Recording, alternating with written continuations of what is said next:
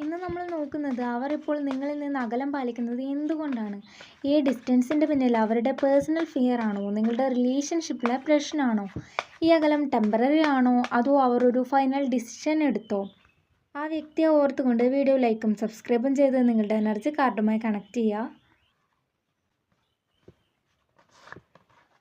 ഇവിടെ വന്നിരിക്കുന്നത് ഇത് സൺ എന്ന കാർഡാണ്.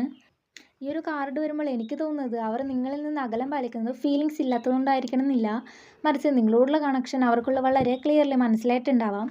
നിങ്ങളുടെ പ്രസൻസ് അവർക്കൊരു പോസിറ്റീവ് ഫീലിംഗ് നൽകിയിട്ടുണ്ടെങ്കിൽ ആ ഒരു ഫീലിംഗ് തന്നെയാണ് ഇപ്പോഴും അവരുടെ മനസ്സിലുള്ളത്.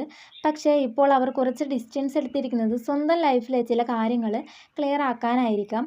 ഒരുപക്ഷെ ജോലി, ഫാമിലി, പേഴ്സണൽ പ്രോബ്ലംസ് അല്ലെങ്കിൽ റിലേഷൻഷിപ്പിനെ കുറിച്ചൊരു ക്ലിയർ ഡിസിഷൻ എടുക്കേണ്ട സാഹചര്യം. ഇവിടെ ഒരു നല്ല കാര്യം കൂടിയുണ്ട്. ദ സൺ ഹിഡൻ ആയി കിടക്കുന്ന ഫീലിങ്സിനെ പുറത്ത് കൊണ്ടുവരുന്നൊരു കാർഡ് കൂടിയാണ്. അതുകൊണ്ട് ഇപ്പോഴുള്ള സൈലൻസ് എന്നും തുടരണമെന്നല്ല ഈ ഒരു എനർജി പറയുന്നത്. കാര്യങ്ങൾ ക്ലിയർ ആയാൽ വീണ്ടും തുറന്ന് സംസാരിക്കുന്ന ഒരു പോസിബിലിറ്റി ഇവിടെ കാണാം. ഇതൊരു ജനറൽ റീഡിംഗ് ആണ്. എല്ലാവരുടെയും സിറ്റുവേഷൻ എക്സാക്ട്ലി മാച്ച് ആവണമെന്നില്ല. നിങ്ങൾക്ക് ഇതൊരു റെസിനേറ്റ് ചെയ്യുന്നുണ്ടെങ്കിൽ തീർച്ചയായും കമൻറ്റ്